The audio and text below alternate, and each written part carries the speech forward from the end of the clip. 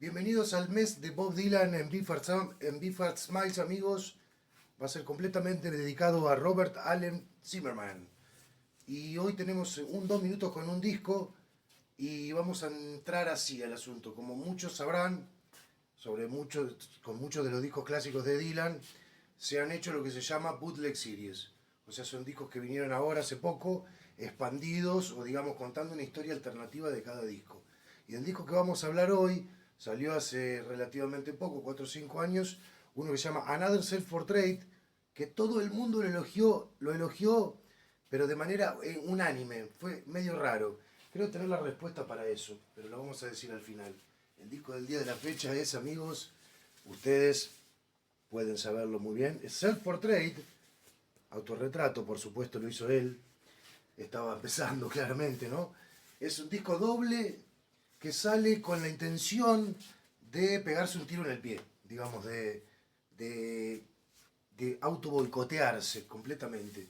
Era Dylan cuando ya no aguantaba más la presión de ser aquello de profeta de una generación o voz generacional. Él no soportaba más eso.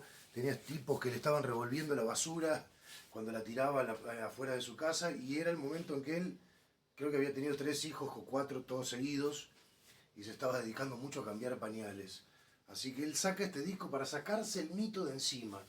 Y observen lo que tiene Self Portrait. Es un disco doble, como bien dijimos.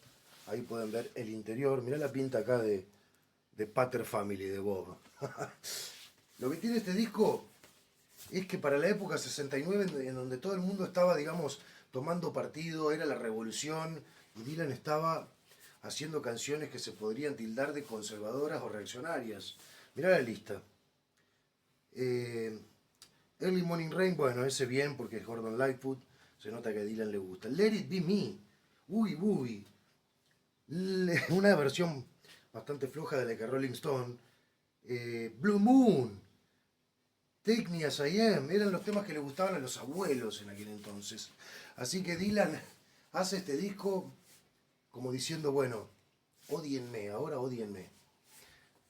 No lo logró, no lo logró. Hacía un montón que no tocaba, bueno. Y encima viene con esto, lo saca por Columbia Records, que era su sello. Y la teoría que decíamos hoy, cuando sale el Bootleg Series, todo el mundo le pone 10, 20, y este disco lo odió todo el mundo. Pero ahora, ¿saben qué? Muchos tienen miedo de hablar mal de Bob Dylan. ¿Qué, están amenazados? ¿Qué pasa? Bueno, hay que tener un poquito de huevos, amigos. Esto fue Biffard Smiles. 2 minutos y un disco.